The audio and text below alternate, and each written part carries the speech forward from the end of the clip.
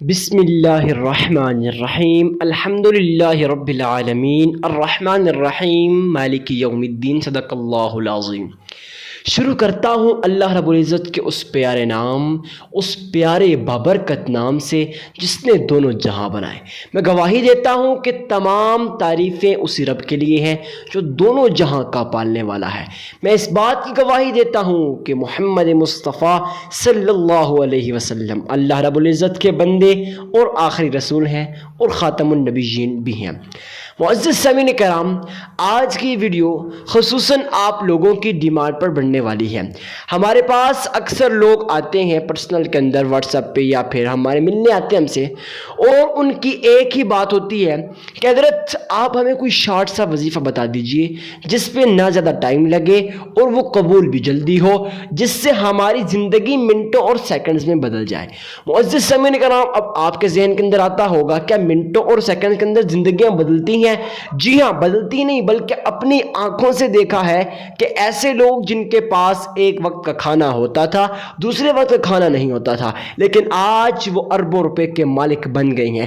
وہ کیسے؟ صرف اور صرف اس وظائف کی طاقت سے، اس وظائف کی برکت سے۔ معزز سامعین کا نام، میں آپ کو صرف اتنا ہی کہوں گا، جنہوں نے وظائف پر اثر کیا، جن لوگوں نے وظائف کو مانا، ان کو سچے دل کے ساتھ کیا، ان کی زندگیاں بدلیں، اور جن لوگوں نے یہ سوال کیا، آج تک یہ سوال کرتے رہے ہیں اور ابھی ہم سے بھی کر رہے ہیں، آپ سے بھی کر رہے ہوں گے کہ بھائی وظائف کرنا چھوڑو، وظائف اثر نہیں کرتے۔ معزز سامعین کرام، وہ آج تک اس بات کو کہتے ہیں اور کہتے رہیں گے، لیکن ان کی زندگیاں اسی کی اسی پڑی رہیں گی، ان کی زندگیاں بدلنے کا نام نہیں لیں گی، کیونکہ وظائف کوئی عام چیز نہیں ہے۔ معزز سامعین کرام، صرف کچھ حوالہ دیتا ہوں وظائف کے بارے میں۔ دیکھیں وظائف کیا ہوتا ہے۔ وظائف بیسیکلی کوئی قرآن اور احادیث، کوئی قرآن کی آیت ہوگی یا اللہ رب العزت کا پیارا نام ہوگا یا پھر احادیث سے اتھینٹک کوئی بات ہوگی، یہی تو وظائف ہیں۔ اگر آپ اس بات کی انکار نہیں کر سکتے کہ قرآن کی جو آیتیں ہیں ہم ان کا انکار کرتے ہیں، نعوذ باللہ نہیں کر سکتے، تو پھر یہ وظائف بھی قرآن کی کوئی نہ کوئی آیت ہوگی، کوئی نہ کوئی سورہ ہوگی، پھر اس کا انکار کرنا بھی شرعاً جائز نہیں ہے۔ معزز سامعین کرام، لیکن خیر جو لوگ کرتے ہیں، آج ان کے لیے ایک بہترین تحفہ ہے۔ آج وہ اس وظیفے کو کر لیں، اس کے بعد کبھی زندگی میں نہیں کہیں گے کہ وظائف اثر نہیں کرتے۔ بلا ٹائم ویسٹ کیے شروع کرتے ہیں آج کے اس نایاب، مجرب اور آزمودہ وظیفہ کو۔ آپ لوگوں نے سب سے پہلے اللہ کے حضور ایک بات کو سمجھنا ہے کہ بھائیوں، ویڈیو کو کمپلیٹ واچ کیا کریں۔ میری مائیں اور بہنیں اکثر ہم سے سوال کرتی ہیں کہ حضرت وظائف اثر نہیں کرتے۔ دیکھیں سب سے بڑی وجہ جو ہے نا، آپ ویڈیو کمپلیٹ واچ نہیں کرتے، سن نہیں پاتے، آپ وہ تمام اہم مسائل جو وظائف سے پہلے کرنے ہوتے ہیں ان کو جب نہیں سمجھتے، پھر وظائف کا اثر کیسے کریں گے؟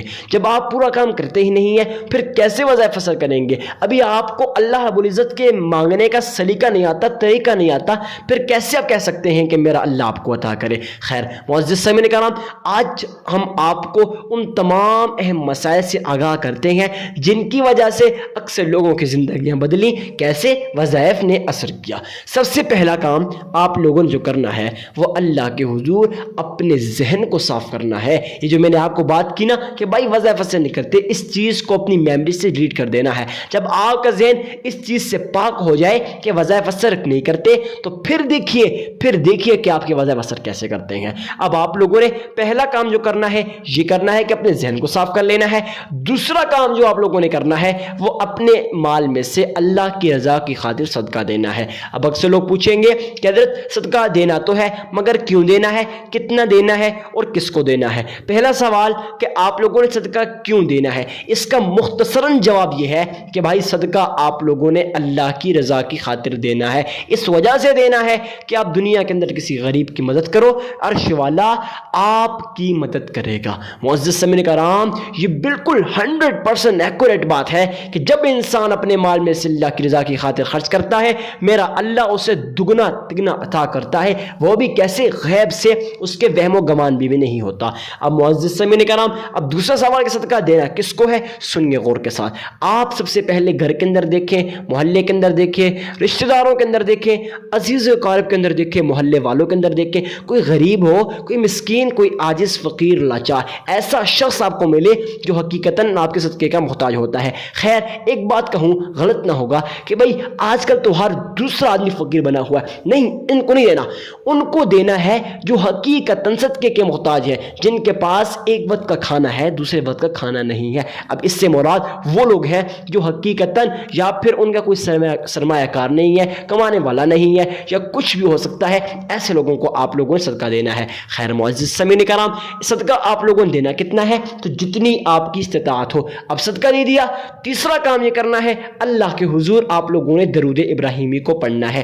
درود ابراہیمی کو کتنی بار پڑھنا ہے, کیسے پڑھنا ہے, کہاں بیٹھ کے پڑھنا ہے؟ صرف اور صرف درود ابراہیمی کو 3 بار پڑھ لینا ہے, خشوع و خضوع کے ساتھ, سچے دل کے ساتھ, محبت کے ساتھ, عقیدت کے ساتھ, الفت کے ساتھ, پیار کے ساتھ آپ لوگوں نے جناب محمد مصطفیٰ صلی اللہ علیہ وسلم پہ آپ لوگوں نے درود ابراہیمی کو پڑھ لینا ہے. اب کیسے پڑھنا ہے؟ درود ابراہیمی کون سا ہوتا ہے؟ درود ابراہیمی نماز والا درود ابراہیمی ہے. اکثر لوگ کہتے ہیں حضرت ہمارا تلفظ ٹھیک نہیں ہے, ہم صحیح طرح سے پڑھ نہیں سکتے. تو سنیے, اللہم صلی علی محمد وعلى آل محمد كما صليت على إبراهيم وعلى آل إبراهيم إنك حميد مجيد.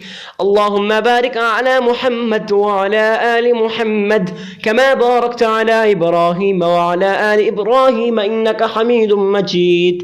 اس طرح سے آپ لوگوں نے اللہ کے حضور 3 مرتبہ درود ابراہیمی کو پڑھ لینا ہے. پڑھنے کے بعد آپ لوگوں نے یہ چھوٹا سا مختصر سا وظیفہ, لیکن اگر آپ اس کے فضائل اگر آپ دیکھیں, اگر آپ شمار کرنا شروع ہو جائیں تو آپ کی ذہن, آپ کی سوچ سے زیادہ اس کی فضائل ہیں. کیا فضائل ہیں؟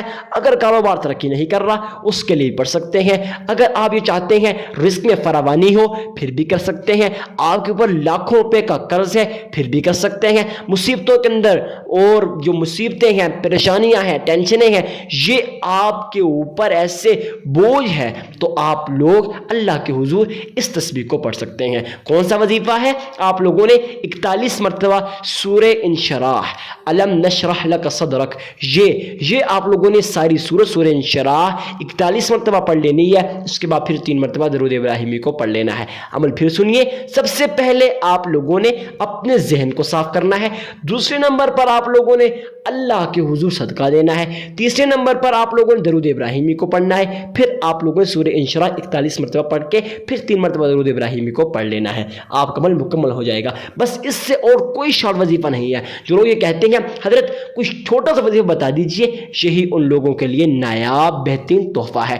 معزز سامعین کرام, مجھے تو یہ یقین ہے کہ آپ کی زندگی آج ہی انشاءاللہ بدلے گی. اس کے لیے ایک لائک ویڈیو کر دیں اور چینل کو سبسکرائب کرنا مت بھولیے گا. معزز سامعین کرام, ملتے ہیں کسی نیکسٹ ویڈیو میں. اجازت دیجیے اپنے بھائی کو, تب تک کے لیے اللہ حافظ.